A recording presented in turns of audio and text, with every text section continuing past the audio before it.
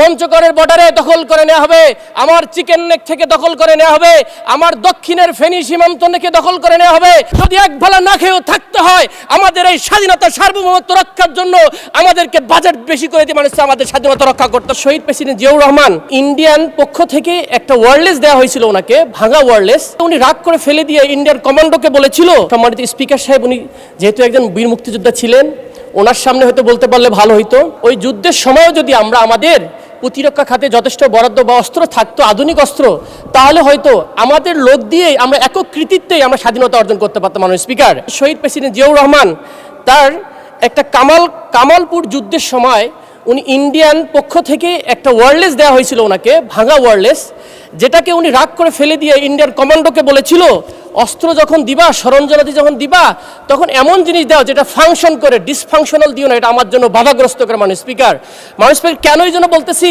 আজকে আমাদের প্রতিরক্ষা খাতের যে বাজেট দেওয়া হয়েছে মাত্র 42 কোটি টাকা। মাননীয় স্পিকার, 42,000 কোটি টাকা, যার মধ্যে 35,000 কোটি টাকায় শুধু পরিচালনা ব্যয়, কিন্তু মাত্র 7,000 কোটি টাকা দিয়ে কি আমাদের প্রতিরক্ষা হবে? মাননীয় স্পিকার, এই প্রতিরক্ষা বাজেট দিয়ে যে আমাদের আধুনিক অস্ত্র কেনা হবে, এই অস্ত্র তো প্রতিরক্ষা দিবে শুধু আপনার আমার সবার এই 350 জন সংসদ সদস্যের এলাকার মানুষের প্রতিরক্ষা দেবে। মাননীয় স্পিকার, যেখানে আমাদের প্রতিদিন আমাদেরকে বিভিন্ন বর্ডার থেকে হুমকি দেওয়া হচ্ছে, আমার পঞ্চগড়ের বর্ডারে দখল করে নেওয়া হবে, আমার চিকেন নেক থেকে দখল করে নেওয়া হবে, আমার দক্ষিণের ফেনী সীমান্ত থেকে দখল করে নেওয়া হবে, আমার রংপুর বিভাগের আমাদের হিলি বর্ডারে, আমাদের দিনাজপুর অঞ্চলে।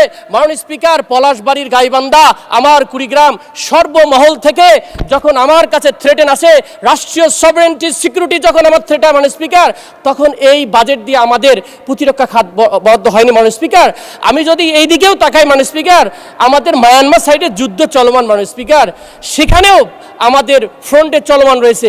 পার্বত্য 3টা অঞ্চল, 3টা জেলা, যেখানে তিনটা বিদ্রোহী গোষ্ঠীর বিরুদ্ধে, কুকি চীনের বিরুদ্ধে আমাদের দুইটা ডিভিশন, আর্মি ডিভিশন কাজ করতেছে।